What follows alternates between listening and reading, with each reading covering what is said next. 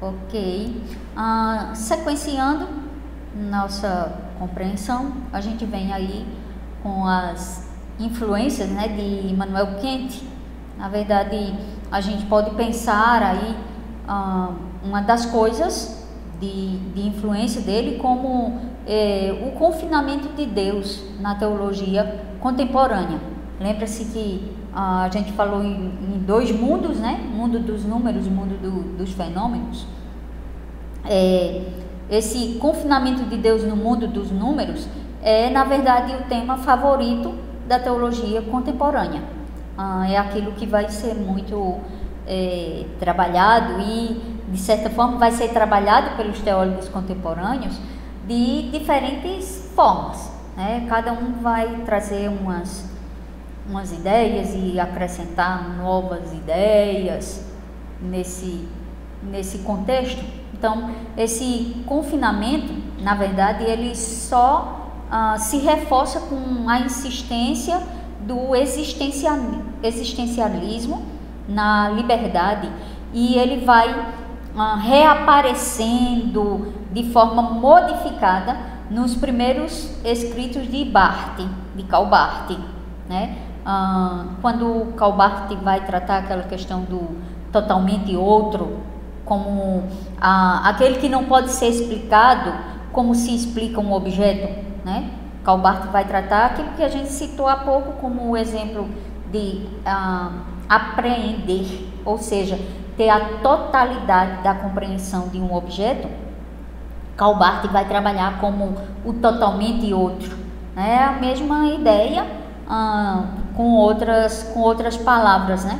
Vai também essa mesma percepção ou compreensão do confinamento de Deus vai também aparecer aí na ideia, né, da divisão neo-ortodoxa entre a história, que Bultmann também vai dar uma trabalhada na questão do Jesus histórico e o Cristo querigmático, né? Bultmann vai trabalhar muito isso.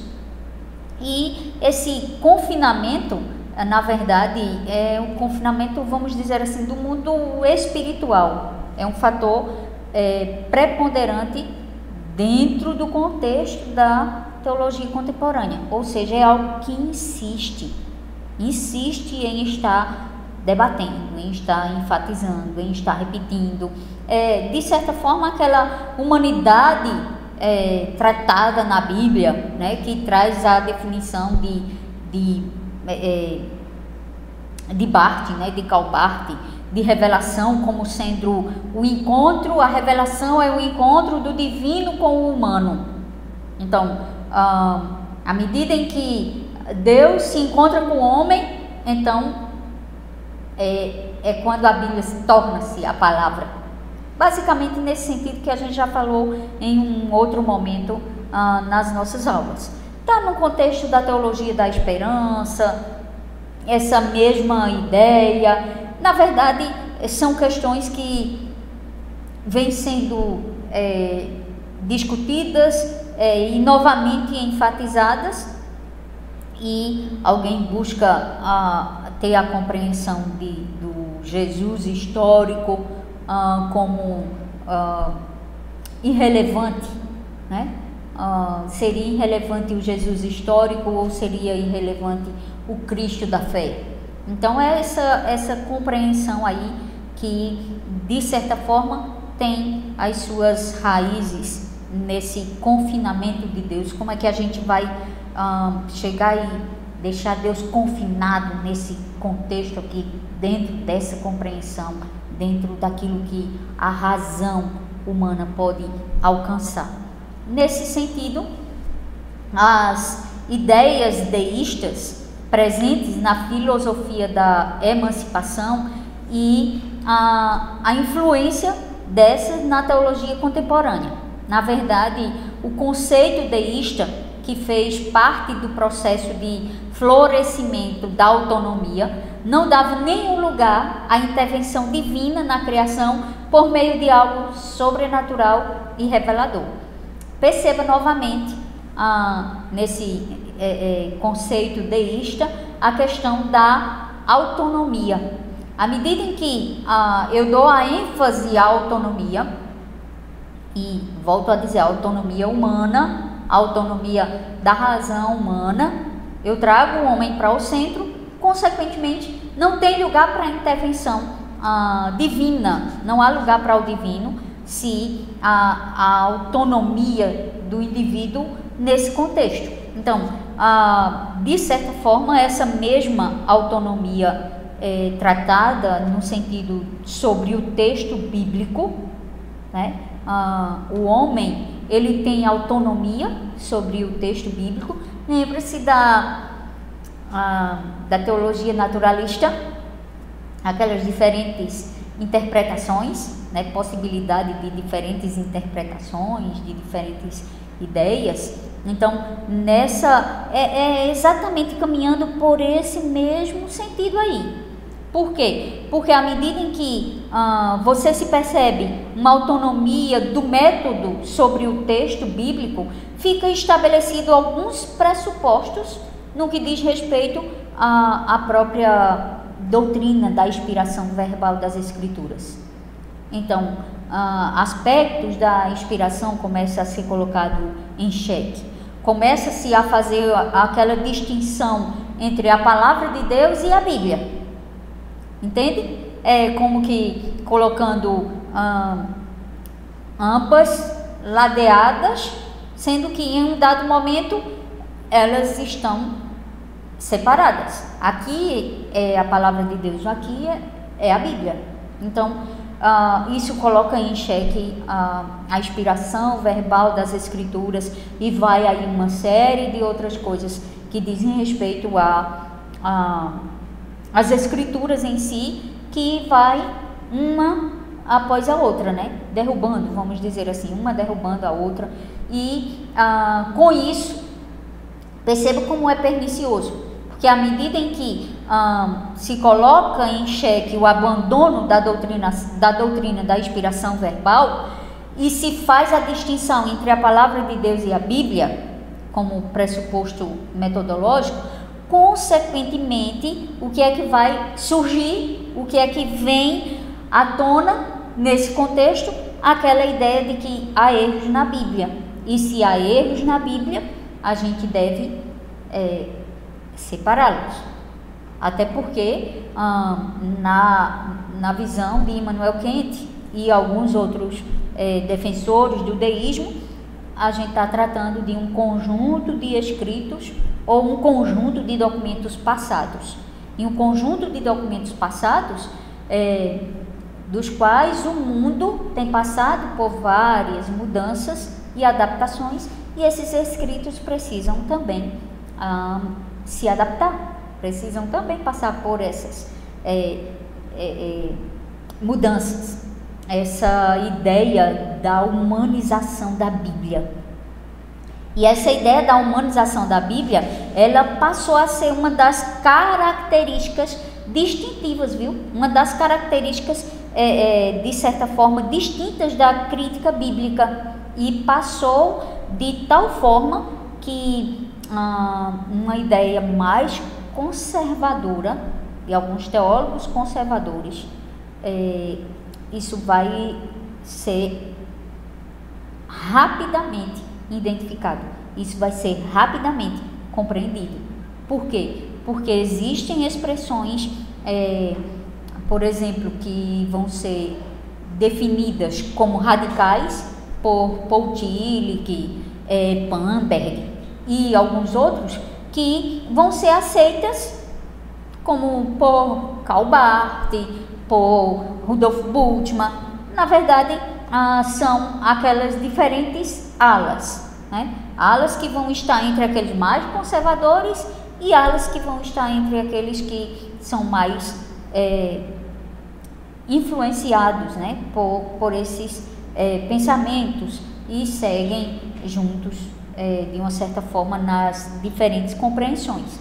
Então, a gente pode dizer que se percebe uma separação nesse contexto, uma separação e um tanto radical entre história e fé. A divisão entre história e fé, ela também se tornou mais tarde um pressuposto da teologia contemporânea. O Jesus histórico parecia cada vez mais distante do Cristo da fé, né? A gente tem, por exemplo, obras que tratam completamente do Jesus histórico, enfatizam aspectos da vida de Jesus, algumas até que baseados em especulações e em pesquisas de tradição e tantas coisas, mas completamente divorciado ou desatrelado do Cristo da fé. Então, perceba que a gente está falando de algo que, de certa forma, o verdadeiro valor de qualquer religião, ele não depende da história apenas, mas também depende da capacidade de transformar o valor o valor das pessoas, de transformar a vida das pessoas e transformar a vida das pessoas através do amor.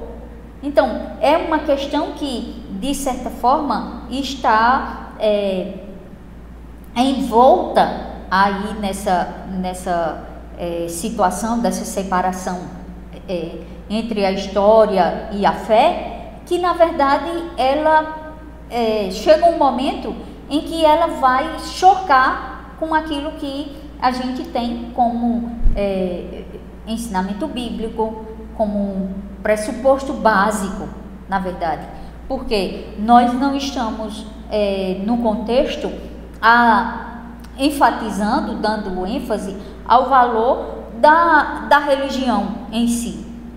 Porque a gente precisa atentar para o fato de que, se olhar para a religião como um aspecto fé, essa religião ela se desenvolve na história.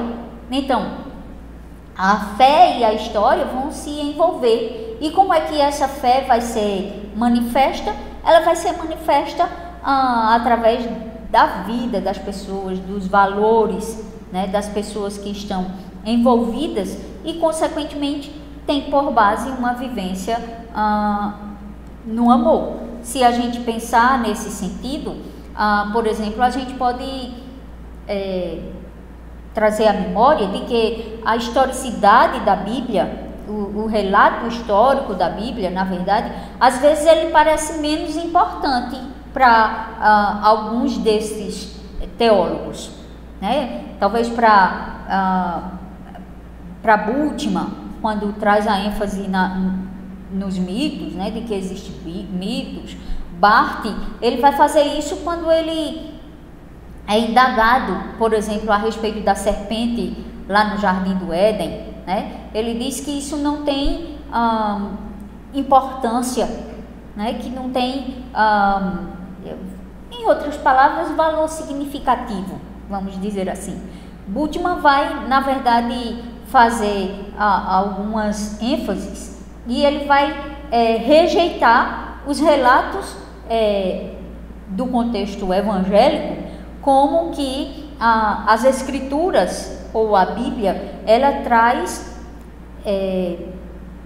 produto histórico, vamos dizer assim, né? A narrativa histórica, mas é uma narrativa histórica, de certa forma, que aceita-se a compreensão existencial do indivíduo.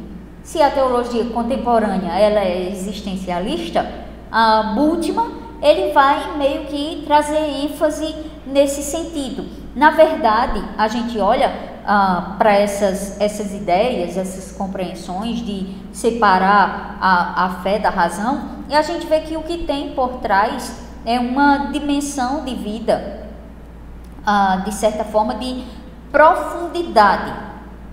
Aí essa profundidade ou vai ser a profundidade de Deus no que diz respeito à fé, ou vai ser uma profundidade fundamentada no eu, fundamentada no indivíduo. Portanto, uma profundidade existencialista, vamos dizer. Então, a gente pode dizer que não há dúvida de que Immanuel Kant ele teve grande influência sobre o pensamento teológico contemporâneo. Entre tantas objeções que se pode fazer a Immanuel Kant, acho que a mais óbvia, né, é se o nosso entendimento acerca de Deus ele não é menos alegórico, como pode o homem conhecer Deus? Talvez a filosofia de Immanuel Kant, ela transforma Deus em um ser incognoscível, né? E esse pressuposto de que Deus é um ser incognoscível, na verdade, ele vai ser um grande dilema posteriormente, ou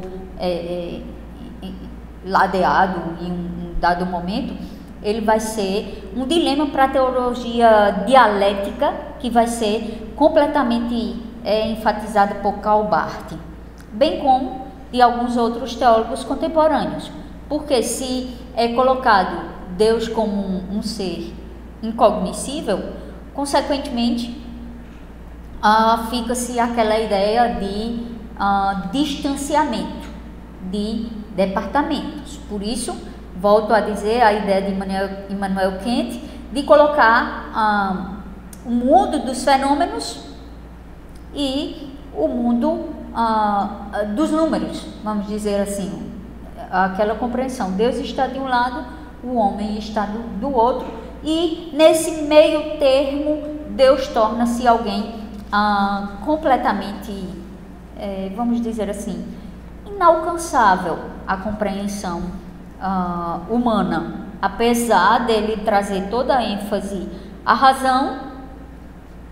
Na verdade, em um dado momento parece que até divinizando essa razão, né? Enquanto ele coloca a possibilidade de a apreensão da religião. Ele não dá totalmente a ênfase ao conhecimento de Deus, mas ao conhecimento da religião pela própria naturalidade, como um aspecto natural, entende? Aí a gente pode pensar nesse mesmo contexto, nessas ideias, né, trazendo um pouco dessa influência, né, de compreensão ou descompreensão, né, do ser de Deus, tentar compartimentalizar Deus, né, deixar Deus assim dentro de determinados compartimentos, né, essa autonomia do homem, esse colocar Deus, vamos dizer assim, mais à parte, e o homem enquanto autônomo aqui na centralidade, que a gente vai lançar o olhar um pouquinho sobre a questão da ortodoxia generosa. Na verdade, a ortodoxia generosa seria um novo nome para a heterodoxia, né?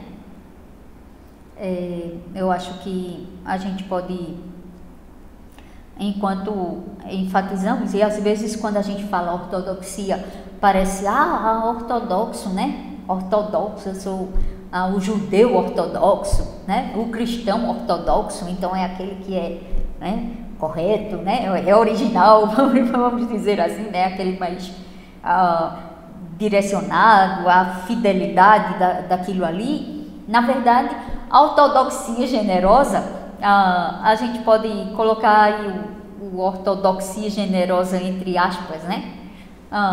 Para a gente não dizer assim já de praxe a heterodoxia, né? Para dar um nome para a gente compreender por que esse nome da ortodoxia generosa, né? Na verdade, para a gente começar entendendo essa ortodoxia generosa, que lá atrás, em algumas outras aulas, a gente já deu uma pincelada um pouco nesse sentido, eu acho que há um conto que vai deixar claro para a gente um pouquinho do que é essa ortodoxia generosa.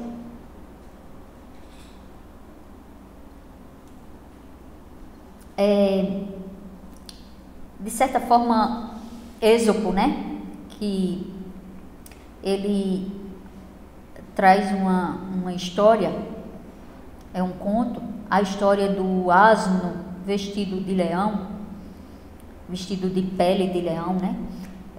Contava Êxopo que certa vez um asno, ele encontrou uma pele de leão, vestiu-se com essa pele de leão e ficou fantasiado com ela e começou a passear pela floresta, né?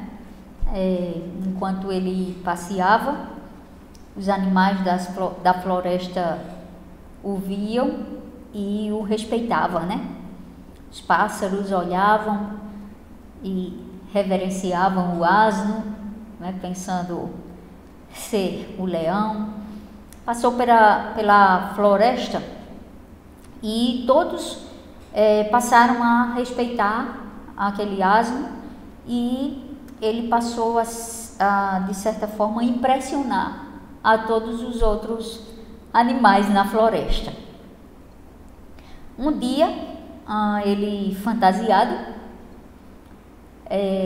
intentou impressionar uma raposa, mas ele não sabia que a raposa tinha escutado o bicho emitir o seu som natural, e quando ele tenta impressionar a raposa diz: eu provavelmente teria me impressionado se antes eu não tivesse escutado o seu zurro. Moral da história: qualquer um pode se esconder em belas roupagens, mas suas palavras dirão a todos quem na verdade você é. Aplicando essa história e aplicando essa mesma expressão, eu acho que se enquadra, né, muito bem, cai muito bem no que vem ser a ortodoxia generosa. Alguém pode se apresentar como ortodoxo, mas o que vai provar se é mesmo ou não o que ele diz ser são os seus reais posicionamentos diante de determinadas questões. Se o seu posicionamento difere da sua apresentação como ortodoxo, desculpa dizer, talvez pareça forte, né, a ligação aí entre o conto, mas não passa de um asno posando de um leão. Na verdade, por mais agressiva que pareça ser a figura relacionada à história e à lição ou à moral que se quer trazer, na verdade, parece que o Êxopo, ao trazer essa lição de moral nesse conto, a gente pode aplicar ela e muito bem ao contexto da ortodoxia generosa. Na verdade, a ortodoxia generosa nada mais é do que uma falsa ortodoxia. É apenas uma terminologia, e uma terminologia eufêmica, né, usada para camuflar o fato de que seus proponentes rejeitam mesmo a ortodoxia bíblica, que normalmente eles costumam chamar de ortodoxia rígida. Lembra-se do que em outro momento nós falamos no que diz respeito aos emergentes, igrejas emergentes, teologias emergentes, que a ideia das igrejas emergentes, na verdade, é a mesma ideia da ortodoxia generosa. Por quê? Porque os conceitos, os princípios bíblicos, os ensinamentos bíblicos, eles são muito rígidos. Então, se a gente falou que a influência de Immanuel Kant é, na verdade, trazer uma... Vou dar ênfase com outras palavras. É trazer uma atualização dos escritos base do cristianismo que foi fundado há muitos anos atrás. Então, a ideia da ortodoxia generosa é exatamente tirar essa rigidez do texto. Não é tão engessado assim, né? A gente pode chegar em um outro formato, trazer uma outra ênfase, pode-se, na verdade, trazer uma nova roupagem.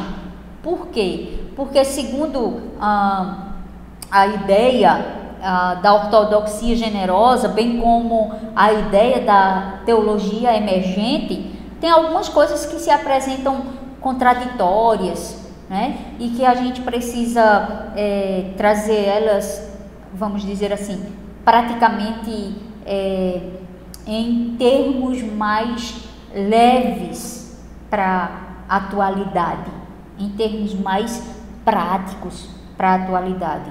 Então, nesse contexto, a ideia é exatamente uma tendência, vamos dizer assim, a um ecumenismo religioso.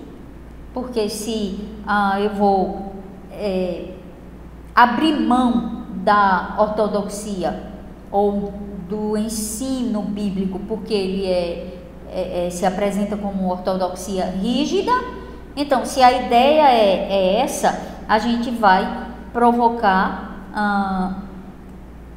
o interrelacionamento entre a fé, o diálogo interreligioso. Em outras palavras, o ecumenismo, né? Nós vamos dialogarmos e vamos dialogar na compreensão de que as minhas ideias não sejam atacadas.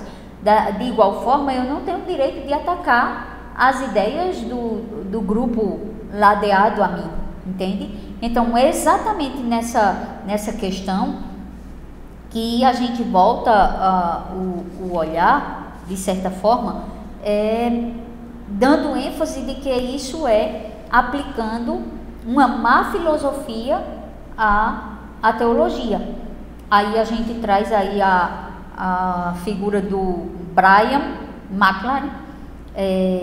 A ideia de Brian, que é o autor da obra Ortodoxia Generosa, é exatamente essa: trazer uma compreensão das Escrituras que não seja uma compreensão engessada, seja uma compreensão adaptável, né? Que a gente possa olhar para determinados ensinamentos e estes ensinamentos não sejam inadequados para a humanidade hoje.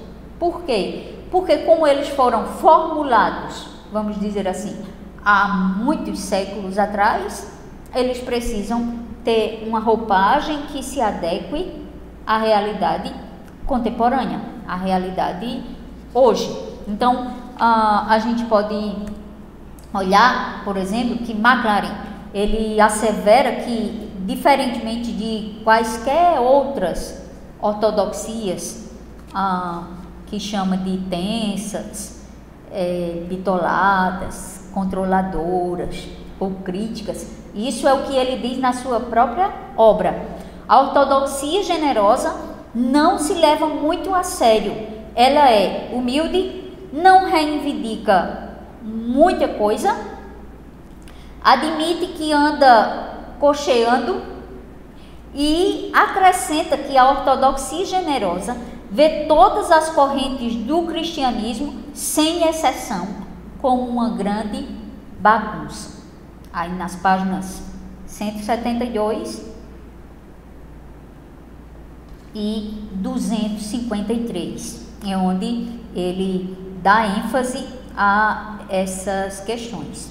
Veja que a ortodoxia generosa, ela não significa uma simples fusão, uma mistura, uma combinação ou uma reconciliação de escolas, de pensamentos. Na verdade, ela discorda dos diferentes pensamentos com a ideia de trazer uma nova compreensão, uma nova aceitação, onde, na verdade, teólogos liberais, vamos dizer assim, e teólogos evangélicos possam sustentar ideias comuns. Ou seja, liberais e conservadores coexistam. Por quê? Porque a ideia de McLaren é exatamente, vamos tirar aquilo que é aspecto rígido. Não, os conservadores têm aquela ideia fechada, não é isso aqui. Então a gente precisa adaptar. Por quê? Porque existem problemáticas pós-modernas. E essas problemáticas pós-modernas precisam ser compreendidas. Eles que é como se fosse um caminho que está aí adiante para ser percorrido pelos evangélicos e pelos liberais, e deve ser visto como um caminho teológico que ele tenha um centro. E qual é o centro? É trazer vamos dizer assim, a ortodoxia generosa. É trazer o quê? Não, o princípio bíblico, o relato das escrituras é esse. Mas a gente traz, não é com rigidez, dizendo é assim, as escrituras dizem assim, e aqui está fechado. A gente precisa dar evasão às diferentes compreensões, que traz um pouco da ideia das diferentes interpretações também. Então, isso quer dizer que o liberalismo e o evangelicalismo, na verdade, são apenas alguns componentes, mas ambos têm o seu conteúdo praticamente recepcionado no contexto da pós-modernidade. Liberais, evangélicos, as suas ideias, os seus conceitos ortodoxos são recepcionados pelo mesmo público, pela mesma sociedade. E é uma sociedade pós-moderna. Então, é uma sociedade que precisa, de certa forma, estar envolvida nesta compreensão. Então, quando a gente observa nesse sentido, a gente pode dizer que, na verdade, o que a gente percebe aqui na teologia, no que diz respeito à ortodoxia generosa, nesse contexto da teologia contemporânea, a doutrina bíblica ela pode ser mutável, né? Não é apresentar de forma imutável, né? Não é que são princípios eternos que perduram. Se ela é mutável, então a gente precisa fazer as respectivas adaptações. Por quê? No século I, ela se aplicava com esse formato. Vamos pensar aí na Idade Média, esse princípio se aplicava com esse formato.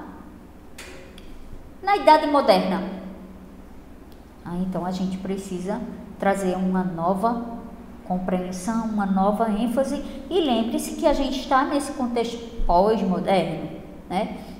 Lembre-se que a gente disse em aula passada que se fala em hipermoderno. Então, nesse contexto, como é que se faz essas adaptações?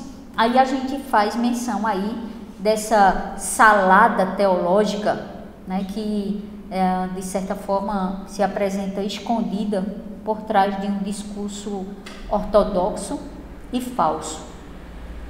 Aí eu volto, lembra lá da história do asno com a pele de leão? Por terem essa postura doutrinária flexível, extremamente generosa, É comum o ecumenismo teológico entre os cristãos emergentes. A isso aqui, a ortodoxia generosa, o ecumenismo religioso, igrejas e teologias emergentes e por aí vai. O que é que você vai ter bem atual disso aqui? Desigrejados. E o que é que tem por trás? Frustração com a igreja, frustração com um determinado grupo do qual fazia parte. E, na verdade, isso tudo tem uma salada teológica que está bem escondida aí. E se disfarçando de um discurso ortodoxo, se apresentando como ortodoxo, mas eu volto a dizer, por trás tem veneno na panela, né? Existe morte por trás disso. Na verdade, é a história do eu acredito nisso, mas não como vocês. E quando a pessoa começa a tentar descrever a sua posição, descobrimos que na verdade ela não crê nem parcialmente no que nós cremos. Ela não crê em nada, na verdade, do que cremos em relação àquele ponto definido. Só usa de eufemismos para esconder ou suavizar a verdade sobre o seu pensamento. A sua ortodoxia é tão generosa que já deixou de ser ortodoxia há muito tempo. Evocando a fábula de Escopo, é um asno pousando de leão. Então, a ideia é exatamente essa, é trazer, não, eu acredito nisso, eu acredito da forma como você, é dessa forma que você está falando, não, nós ensinamos desse jeito, exatamente, tipo, isso que tu está falando é aquilo que está sendo ensinado, é aquilo que a gente abraça. Então, é aquela ideia de que nós partilhamos das mesmas coisas, nós partilhamos da mesma compreensão, quando na verdade a gente começa a ter uma percepção maior, quando a gente tem a oportunidade de dialogar mais, quando a gente tem a oportunidade de questionar, né? Mas e como é a compreensão sobre determinada temática? Como vocês entendem a respeito de determinados temas? Por exemplo, se você pensa uma das, vamos dizer assim, dos segmentos, eu vou chamar de segmentos da teologia contemporânea bem atual, teologia relacional ou teísmo aberto, qual a compreensão de soberania de Deus, né? De governo de Deus? Aí você vai ver que é completamente contrário. No primeiro momento parece ser exatamente isso que a gente crê, que a gente defende, mas quando a gente vai mais a fundo, vê que na verdade a compreensão de Deus não é de soberania, vê que na verdade a onipotência de Deus é colocada em xeque, tiram Deus do governo, né, de todas as coisas. Então, o que a gente observa é que a ideia de ortodoxia generosa é flexionar, em outras palavras, é se dobrar aos pensamentos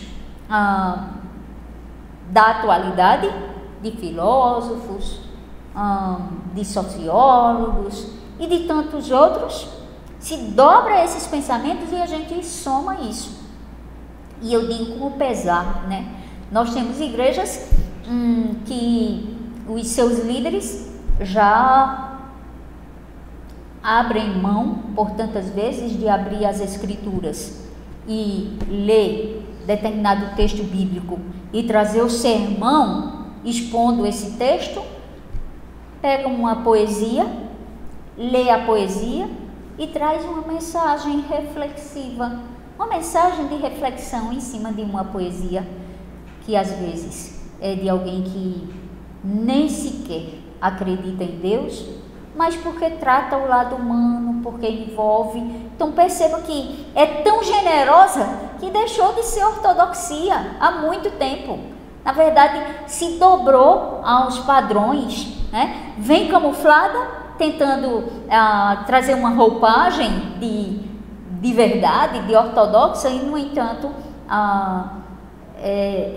está vendendo uma outra questão, está vendendo outro produto, vamos dizer assim. Então, o que McLaren ele está dizendo é: não tenha medo de aceitar uma teologia que soa antibíblica, mas que vai te trazer experiências novas.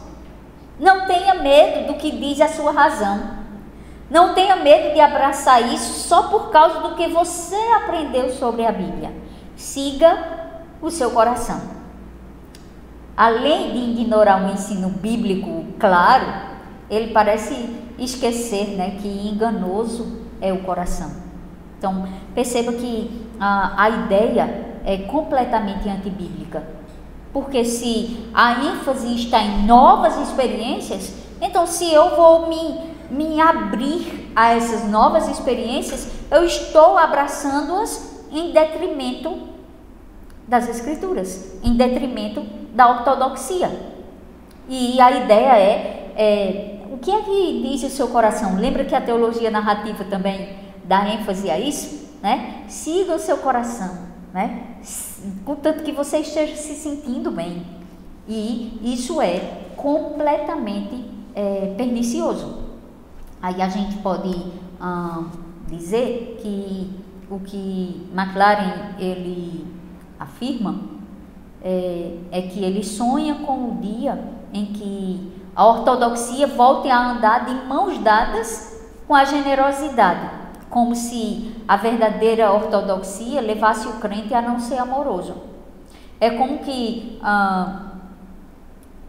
os ortodoxos, eles são, eu vou usar a expressão rudes, eles são pessoas que são desafetas. São pessoas que nos seus discursos são desatrelados do amor. Isso é o que ele tenta dizer. Se ele diz que sonha com o dia que a ortodoxia vai voltar a andar de mãos dadas com a generosidade, o ortodoxo ele é rude. Em vez de acolher, ele rejeita, ele distancia as pessoas. Quando o amor e a verdade, eles andam de mãos dadas. Então, a Bíblia diz em Efésios 4, versículos 15 e 16: antes, seguindo a verdade em amor, cresçamos em tudo naquele que é a cabeça, Cristo, do qual todo o corpo, bem ajustado e ligado. Olha, como é? Cresçamos em amor. Todo o corpo está bem ajustado e ligado. Isso é o quê? Ortodoxia com generosidade. Porém, não a ortodoxia generosa que McLaren quer que todos abracem. Aí a gente pode dizer que, além do mais, nós devemos ser generosos com as pessoas e não com as heresias. Aí é diferente. Ser generoso com as pessoas, não atacando as pessoas, não quer dizer que a gente vai concordar com as suas ideias, com as suas heresias que são contrárias às Escrituras. Aí a gente olha para o texto de 2 Timóteo, capítulo 2, versículos 16 ao 18, que diz: mas evita os falatórios profanos, porque produzirão maior impiedade, e a palavra destes roerá como gangrena, entre os quais são Himeneu e Fileto, os quais se desviaram da verdade, dizendo que a ressurreição era já feita, e perverteram a fé de alguns. Entende a advertência do apóstolo Paulo a Timóteo? Exatamente. Olha, evita isso, porque isso tem causado perversão. Pessoas têm tido a sua fé pervertida, porque deram ouvidos e se desviaram da verdade. O fato de nós chegarmos e nos aproximarmos das pessoas e sermos generosos com as pessoas não quer dizer abraçar e vamos dizer assim, tratar de forma homogênea aquilo que elas defendem, aquilo que elas propagam, ou seja, as heresias que elas abraçaram. E a gente já estamos concluindo, mas aí a gente vai concluir com o pensamento de McLaren, quando ele afirma que sonha com um dia em que a ortodoxia volte a andar de mãos dadas com a generosidade, como se a verdadeira ortodoxia levasse o crente a não ser amoroso. Dentro dessa compreensão da ortodoxia generosa, desde partindo lá de Immanuel Kant, as suas influências e chegando à compreensão da ortodoxia generosa com as ideias que são propostas, em última análise ou em última instância, o que se propõe coloca-se o homem no centro e o homem é para ser servido. E como é que esse homem deve ser servido? Me permita dizer, não é com um cardápio que ele não está adaptado e com o qual ele não sinta apreciação. Ele deve ser servido com um cardápio que ele aprecia. Qual é a ideia? Se a ortodoxia, a verdadeira ortodoxia, ela se apresenta rígida, então ela precisa ser desvencilhada para que a gente apresente uma ortodoxia generosa, ou seja, para que a nossa verbalização, para que os nossos discursos, eles atraiam as pessoas a compreender aquilo que nós cremos e aquilo que nós defendemos, moldado aos seus parâmetros, moldado aos seus padrões. E fecho dizendo, é pernicioso, tem veneno por trás, precisamos ter cuidado. Deus abençoe.